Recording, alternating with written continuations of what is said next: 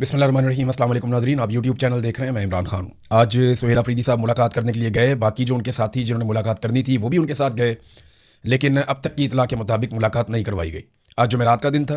पहले बहुत सारी जुमेरातों तक लगभग एक दर्जन से ज़्यादा मरतबा सुहेल अफरीदी गए, लेकिन उनकी मुलाकात नहीं करवाई गई। और आज फिर मुलाकात अभी तक तो नहीं करवाई गई, तो इम्कान भी कोई नहीं है कि उनकी मुलाकात होगी। लेकिन उन्होंने कुछ अनाउंसमेंट की है सुहेल अफरीदी ने, वो मैं आपके सामने रखता हूँ। उन्होंने कहा जी कि मैं ये आखिरी मरतबा आया हूँ अडियाला जेल 27 सितंबर से पहले, और अब अगर मुझे बुलवाया गया तो मैं अडियाला जेल आऊँगा, वरना मैं अडियाला जेल अब नहीं आऊँगा। यानी बुलवाया गया से मतलब ये है कि मुझे कहा गया कि इमरान खान साहब से आपकी मुलाकात करवाते हैं, आ जाएँ आप, तो मैं 27 सितंबर से पहले आऊँगा, वरना खुद अब मैं मुलाकात के लिए नहीं आऊँगा। अब हम सिर्फ लॉन्ग मार्च लेकर आएंगे। 27 सितंबर को 20 लाख से ज़ायद लोग निकलेंगे, और ये इनके लिए डरावना ख्वाब बन चुका है। मेरी इमरान खान साहब से मुलाकात करवा दें, लेकिन इनका मूड नहीं लग रहा कि अभी भी ये मुलाकात करवाएंगे। और आज रात यानी मुलाकात नहीं करवाते तो 10 बजे पाकिस्तान तहरीक इंसाफ के कारकुनों को पाकिस्तान और पार्टी का परचम लेकर एहतजाज के लिए निकलने की कॉल दे रखी है। आज के बाद मैं अडियाला जेल तक आऊँगा। जब ये खुद बुलाएंगे कि आकर इमरान खान साहब से मुलाकात कर लो, ये वज़ीर आला खैबर पख्तूनख्वा सुहेल अफरीदी ने कहा था कि आज 13 अगस्त है, आज रात को वैसे ही पाकिस्तान भर में पाकिस्तानियों ने निकलना है। तो ये दिन भी ऐसा है कि बड़ा स्मार्टली देखें, इसी को पॉलिटिक्स कहते हैं। सुहेल अफरीदी ने ठीक वक्त का इंतखाब किया कि जुमेरात का दिन है, 13 अगस्त है, मैं मुलाकात के लिए जाऊँगा। अगर मुलाकात नहीं होगी तो पाकिस्तानी तो निकलेंगे, पूरे पाकिस्तान में उन्होंने तो निकलना है। और पाकिस्तानी जो है वो ज़्यादा, उनकी अक्सरियत पाकिस्तान तहरीक इंसाफ के साथ है इस वक्त। बाकी पॉलिटिकल पार्टीज़ के लिए प्रॉब्लम हो गई कि वो मिलिट्री एस्टेब्लिशमेंट के साथ मिल गए, लोग उनसे नाराज़ हो गए। और जो उनके कारकुन हैं वो भी डिप्रेशन में चले गए कि पहले हम ये लड़वाते रहे फ़ौज के साथ और ये कहते रहे जनाब के पाकिस्तान की मिलिट्री एस्टेब्लिशमेंट बेजा मुदाखलत पाकिस्तान की सियासत में करती है, हमने इसको रोकना है। लेकिन फिर जाके वो उन्हीं की गोद में बैठ गए। तो वो काफ़ी मुतनफ़र भी हैं मुख्तलिफ पॉलिटिकल पार्टीज़ के कारकुन। जो बड़े डाई हार्ड कारकुन थे वो भी बेचारे अब बात नहीं करते, चाहे पीपल्स पार्टी के हों चाहे PMLN के हों। तो वहाँ पे एक सकूत है, खामोशी है। लेकिन PTI का कारकुन जो है वो तो काफ़ी एक्टिव है। खासतौर पर जब आप अपोजिशन में होते हैं तो आपका कारकुन एक्टिव ही रहता है। अब मामला ये है कि पाकिस्तान तहरीक इंसाफ ने ये अनाउंसमेंट की है कि पाकिस्तान के झंडों के साथ आप पाकिस्तान तहरीक इंसाफ के झंडे भी लेकर निकलें, और निकल कर बाहर आए और आकर आप एहतजाज में शामिल हों। और आज रात को वो कह रहे हैं जी पूरे पाकिस्तान को जैम करेंगे। वैसे भी पाकिस्तान बड़े शहर जो हैं वो नॉर्मली जैम हो जाते हैं आज की रात में। तो देखते हैं पाकिस्तान तहरीक इंसाफ का रंग कितना गहरा होता है आज रात को जब नौजवान निकलेंगे। पाकिस्तान की यौम आज़ादी की सिलसिले में जो रैलीज वगैरह निकलती हैं रात के वक्त 12 बजे से पहले, तो आज रात जब पाकिस्तानी निकलेंगे तो फिर हम देखेंगे 10 बजे के बाद जब ये मामला शुरू होगा और 12 बजे 1 बजे तक चलेगा कि इसमें पाकिस्तान तहरीक इंसाफ के कितने झंडे और कितने लोग निकलते हैं। नाज़रीन, एक और डेवलपमेंट इमरान खान साहब के हवाले से है, क्योंकि सुहेल अफरीदी अडियाला जेल के बाहर हैं तो अडियाला जेल के अंदर की भी आपको बताते हैं। जब इमरान खान साहब की अहलिया बुशरा बीबी की फैमिली उनसे मिलने के लिए गई, तो ये पहली मरतबा हुआ कि जिस कमरे में मुलाकात करवाई जाती है वहाँ पे बुशरा बीबी के अकब में एक टीवी स्क्रीन लगाई गई थी, और उस टीवी स्क्रीन जो है वो वहाँ लगी हुई है, लेकिन उसके ऊपर इमरान खान साहब की CCTV फुटेज चला दी गई। यानी डेलिबरेटली वहाँ पे एक ऐसा कैमरे का लिंक वहाँ पे दिया गया या वहाँ दिखाया गया। अब ये पता नहीं लाइव फुटेज थी या रिकॉर्डेड वीडियो थी कि जिस टाइम इमरान खान साहब वॉक कर रहे हो या जिस टाइम इमरान खान साहब कोई एक्टिविटी कर रहे हो उस वक्त की वो फिल्मा के उन्होंने वहाँ पे चला दी। अब आप ये कुछ कह नहीं सकते कि वो लाइव थी या वो रिकॉर्डेड थी, लेकिन ये उनकी फैमिली ने देखा कि जो बुशरा बीबी के अकब में लगी हुई टीवी स्क्रीन उसके ऊपर इमरान खान साहब की फुटेज चल रही है जिसमें वो वॉक कर रहे हैं। तो ये एक प्रूफ देने की कोशिश की गई कि इमरान खान साहब की सेहत ठीक है, बाहर जो खबरें जा रही हैं उन खबरों पर आप भरोसा ना करें। तो इस किस्म की एक कोशिश की गई है।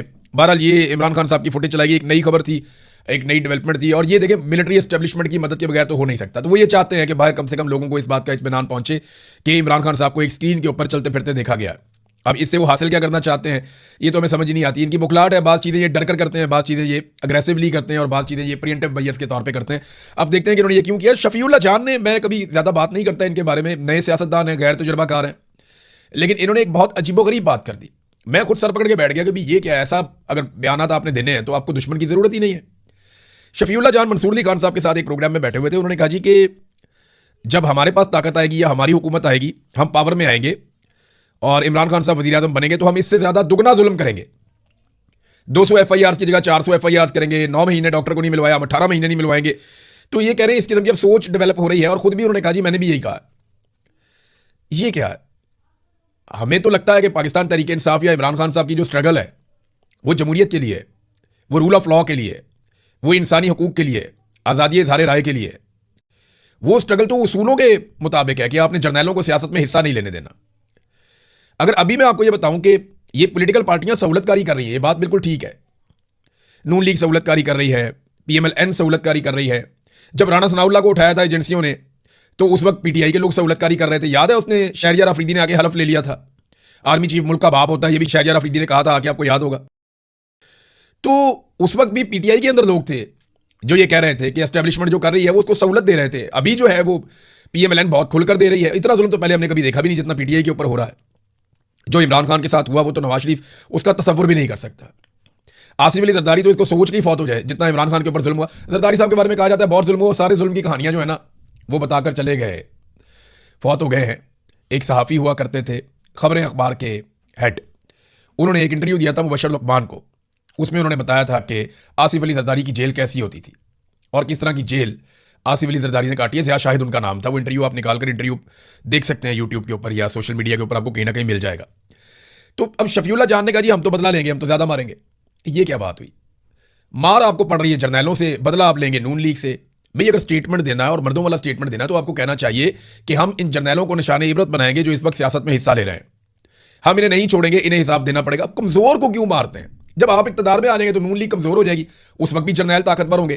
भाई अगर आपने देखा ना नून लीग एक दौर में उसने मार खाई, फिर वो जर्नैलों की मदद से इक्तदार में आ गए, अब वो जूते पॉलिश कर रहे हैं। तो उनको बदला लेना चाहिए ना, उनसे लड़ना चाहिए जिन्होंने उन्हें मारा, या वो सिलसिला बंद करना चाहिए। उन्होंने नहीं किया, उन्होंने सोचा जूते ही पॉलिश करी जाओ। आज पीटीआई के अंदर ये अगर सोच पैदा हो गई है, अब शफीउल्लाह जान ने ये बात की है, मुझे हैरत हो रही थी। यानी ऐसे दोस्तों तो दुश्मन की आपको क्या जरूरत है जो ये बता रहा हो कि हमने भी आके बदले ही लेने और यही काम करना और इससे डबल करना है। आज जिस जुल्म, फस्तायत और जबर के खिलाफ हम खड़े हैं वो कहते हैं हम आएंगे इससे डबल करेंगे। आपको कहना चाहिए कि जब आप आएंगे तो रूल ऑफ लॉ होगा, जब आप आएंगे तो सबके लिए एक कानून होगा। बड़े और छोटे का हम कोई जो है वो किसी किस्म की हम फर्क नहीं रखेंगे, कोई अमीर आदमी को गरीब आदमी। एक्चुअली ये उसूल है। हम मिलिट्री एस्टेब्लिशमेंट को भी कानून के दायरे के अंदर लेकर आएंगे। हम फौज का सियासत में किरदार खत्म कर देंगे।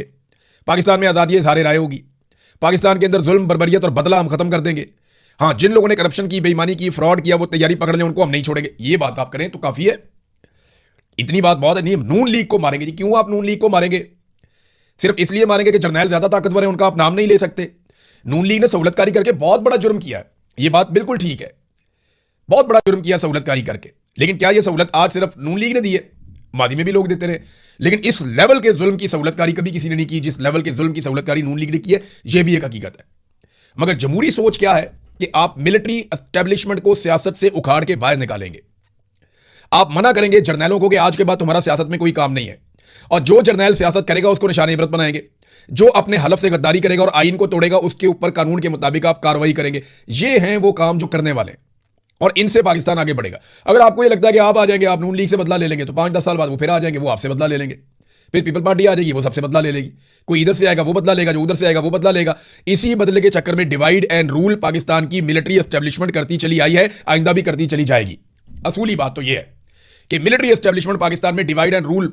मैं बार बार एक बात कहता हूं, आपको याद ही नहीं रहती बात, बार बार मैं एक बात कहता हूं कि बारी बारी सबकी बारी।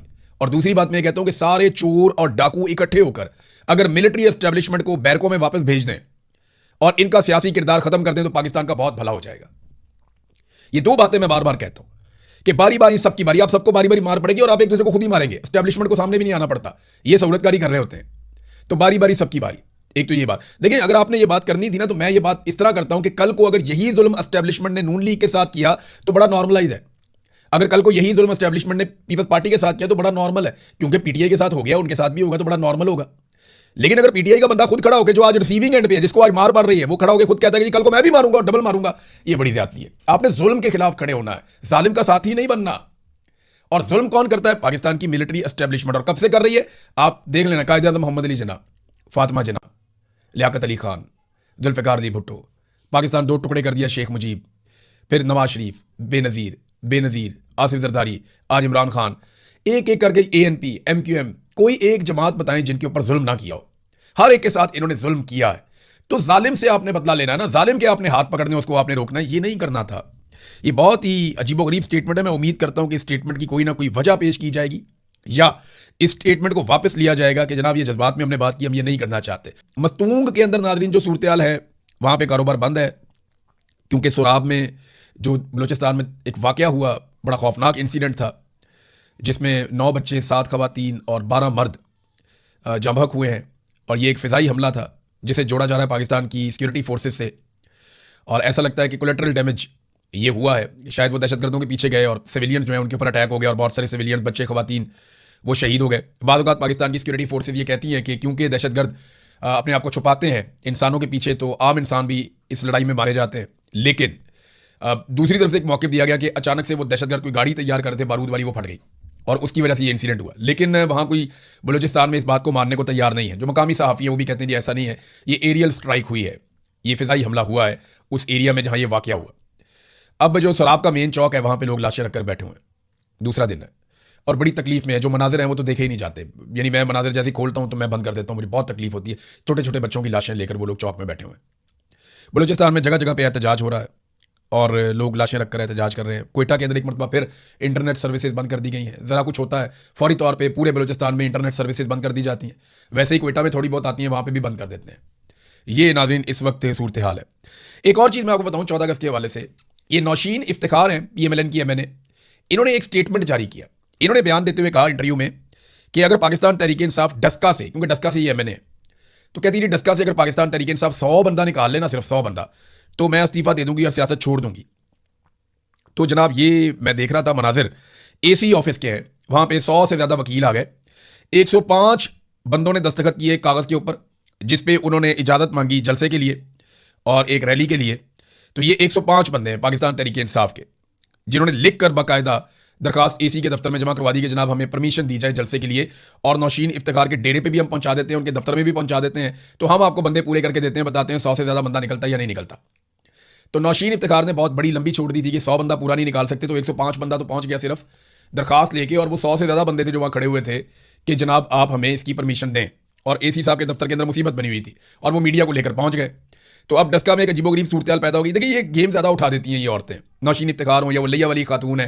उन्होंने कहा जी मेरे लैया की गलियाँ चमक रही हैं। वो बाबा जी ने उसी वक्त दिखाया जनाब चमक दी हैं गलियाँ, 2-2 फुट पानी खड़ा है गलियों के अंदर, ज़रा सी बारिश होती है हर चीज़ डूब जाती है, बेड़ा गर्क कर दिया, कोई वहाँ पे सैनिटेशन का इंतज़ाम नहीं है, कोई सफाई सुथराई का इंतज़ाम नहीं है, तो लैया की गलियाँ तबाह हो गई हैं। और निज़ाम इंसाफ के लिए देखिए मैं अभी फिर दोबारा उसी बात पर आ जाऊँगा, निज़ाम इंसाफ जब तक नहीं होगा तो कोई भी चीज़ ठीक नहीं होगी। शफी जान साहब कह रहे हैं ना कि हम बदला लेंगे, तो किस किस से बदला लेंगे? अभी रिजवी बरादरान गायब है, जबरी तौर पे गुमशुदा, अब वो किससे बदला लेंगे? ये इतनी बड़ी ज्यादती है, इतना बड़ा जुल्म है। देखिए अगर गैर कानूनी और गैर आईनी काम किसी ने किया है या आपको लगता है कि वो कानून के मुजरिम है, रिजवी बरादरान, उनके बारे में बड़ी अजीबोगरीब खबरें आई थी पहले, और ये कहा गया था कि एक भाई जो है कहीं उसकी डेथ हो गई है, दूसरा जो है वो जख्मी था। हम नहीं जानते कि उनके साथ क्या हुआ, किस लेवल पे मामला गया, लेकिन ये जरूर जानते हैं उनको पाकिस्तान की इंटेलिजेंस एजेंसियों ने अगवा कर लिया था। बहुत मुमकिन है जब वो छूट कर आए तो वो खुद कहें कि जनाब हम अपनी मर्जी से छुपे हुए थे, अब हम वापस आ गए। हो सकता है उनको ये भी कहना पड़ जाए, क्योंकि एजेंसियां ये कहने के लिए मजबूर करती हैं। मुझे भी बहुत मजबूर किया था, मैंने ये बात की ही नहीं वापस आने के बाद, मुझे बहुत मजबूर किया था कि तुम जाकर ये स्टेटमेंट दोगे। मैंने कहा जी मैं नहीं देता, तो मैंने तो नहीं दिया, लेकिन ज़रूरी नहीं है कि सारे लोग जो है वो स्टेटमेंट ना दें, लोग दे भी देते हैं स्टेटमेंट। लेकिन ये कितना बड़ा जुल्म है कि दोनों भाई को अभी तक पता ही कुछ नहीं है। भाई जितने बड़े मर्जी मुजरिम हो, आप उन्हें अदालत के अंदर पेश करें, आप उन्हें कानूनी तरीके से गिरफ्तार करें। किसी को भी जबरी तौर पर गुमशुदा करना है तो बहुत बड़ा जुल्म है जिसका कोई जवाब नहीं पेश किया जा सकता। इसके लिए सबको आवाज़ उठानी चाहिए, हर पाकिस्तानी को आवाज़ उठानी चाहिए रिजवी बरादरान के लिए, चाहे उनका ताल्लुक तहरीक लब्बैक से है या नहीं है। लेकिन ये जुल्म है, इसके खिलाफ आवाज़ उठाएं। बलूचिस्तान में जो बच्चा अगवा होता है, जबरी तौर पर लापता होता है, उसके लिए भी आवाज़ उठाएं। जो कबायली इलाकों में होता है उसके लिए भी आवाज़ उठाएं। ये जुल्म जब तक बंद नहीं होगा पाकिस्तान आगे नहीं बढ़ सकेगा, क्योंकि जबरी गुमशुदगी बेशुमार मसाइल की जड़ है। नाज़रीन, एहसन इकबाल साहब 5 मरतबा प्लानिंग के वजीर रहे हैं, 5 मरतबा, और इनकी काबिलियत का मैं आपको बताऊं, ये ज़रा एक इनकी बात सुने आप। वो कहते हैं दुनिया में ऐसी कोई मिसाल नहीं है कि 2 सालों में इंटरेस्ट रेट 38% से 7% तक आया हो। ये जरा सुने कि इन्होंने कहा क्या, फिर उसके बाद मैं आपको बताता हूं कि हकीकत क्या है। ये 5 मरतबा प्लानिंग के वजीर रहे, इनकी बात सुने आप। दुनिया में हामिद साहब कोई मिसाल नहीं है कि 2 सालों में इंटरेस्ट रेट 38% से 7% पे आया हो। फिर सुने एक दफा। दुनिया में हामिद साहब कोई मिसाल नहीं है कि 2 सालों में इंटरेस्ट रेट 38% से 7% पे आया हो। एक तो 2 सालों में भी इनकी हुकूमत है, उससे पिछले 2 सालों में भी इनकी हुकूमत थी। अगर कहीं 38% पे गया था तो वो इन्हीं का गया था। लेकिन हकीकत क्या है, ये 5 मरतबा प्लानिंग का वजीर है, इसका नॉलेज इतना सा है। पहले तो शरह सूद जो है वो 21% से थोड़ा सा ऊपर हुआ था बस, कभी 38% तक गया ही नहीं। वो कभी गया ही नहीं 38% तक, जिसको वो कह रहे हैं 38% तक से नीचे चला गया 7% तक। नंबर 1 तो 21% से ज्यादा नहीं हुआ। नंबर 2, नून लीग की मेहरबानी से 21% तक गया था, यानी नून लीग ही 21% पे लेकर गई, 38% तक नहीं गया। और नून लीग ही अब कह रही है कि हम 7% तक लाए। तो सुन लें, आज की तारीख में जो इंटरेस्ट रेट है वो 11.5% है। कितना जी? 11.5%। तो 7% किधर है? 38 से 7 पे वो कह रहे हैं जी हम लेकर आए। रेंज बताएं कितनी बड़ी बनाई, 38% से 7% तक हम लेकर आए। भाई 21% तक गया ज्यादा से ज्यादा, वो भी आप लेकर गए। और ये अभी 11.5% पे जहां पे इमरान खान साहब ने छोड़ा हुआ था। लेकिन कभी भी पाकिस्तान की तारीख में ऐसा नहीं हुआ कि लगातार 4 साल तक ये इंटरेस्ट रेट डबल फिगर में रहा हो, यानी 10 से ऊपर रहा हो। कभी ऐसा नहीं हुआ कि लगातार 4 साल तक 10 से ऊपर रहा हो। ये रिकॉर्ड एहसन इकबाल की गवर्नमेंट ने या शहबाज शरीफ या आसिम मुनीर की हुकूमत ने रिकॉर्ड तोड़ दिया। दावा चेक करें आप, दावा कर रहे हैं जनाब के 7% है। बताएं ना कहां पे है 7%? 7% हो तो पाकिस्तान के अंदर कितने मामला हल हो जाए। नाजरीन, आखिरी खबर है, और खबर यह है कि हुकूमत ने 10 लाख टन गंदम बाहर से मंगवाने की मंजूरी दे दी। अब यूक्रेन से, अमेरिका से, यहां से गंदम आएगी पाकिस्तानियों के लिए। पाकिस्तानी किसानों से नहीं खरीदेंगे, अमेरिकन किसानों से खरीदेंगे, यूक्रेन के किसानों से खरीदेंगे, ताकि उनको मुनाफा हो जाए। पाकिस्तानी किसानों से गंदम नहीं लेंगे। वहां कहते हैं जी फ्रॉड है, हमने नहीं लेनी। पाकिस्तान का किसान रोल दिया, किसान इत्तेहाद के लोग बैठे थे, वो ये कह रहे थे कि मरियम नवाज का दौर स्याह दौर है। एक भी फसल या एक भी साल किसान का अच्छा नहीं गुजरा, बल्कि लगातार उसको नुकसान होता चला जा रहा है, उसको मुनाफा मिला ही नहीं। और कोई भी शख्स मरियम नवाज के आसपास उससे बात करने की भी सलाहियत नहीं रखता, हैसियत नहीं रखता, क्योंकि एक प्राइमरी स्कूल की तरह ना, प्राइमरी स्कूल की बहुत सख्त टीचर नहीं होती। पेंडू किस्म का जो प्राइमरी स्कूल होता है, उसकी एक बहुत सख्त किस्म की एक पेंडू किस्म की टीचर होती है। आपको वो इमेज आ जाएगा आपके दिमाग में। मरियम नवाज इस तरीके से पंजाब में सूबा चला रही, हर एक को तुनके और दबा के रखा हुआ है, हर एक को दबा के रखा हुआ है। ऊपर वाला जूता पॉलिश कर जा रही है, नीचे वालों को सबको जूते मारी जाए, बस ये हो रहा है। अब तक के लिए इतने अपना ख्याल रखिएगा, अपने चैनल का भी। अल्लाह हाफ़िज़।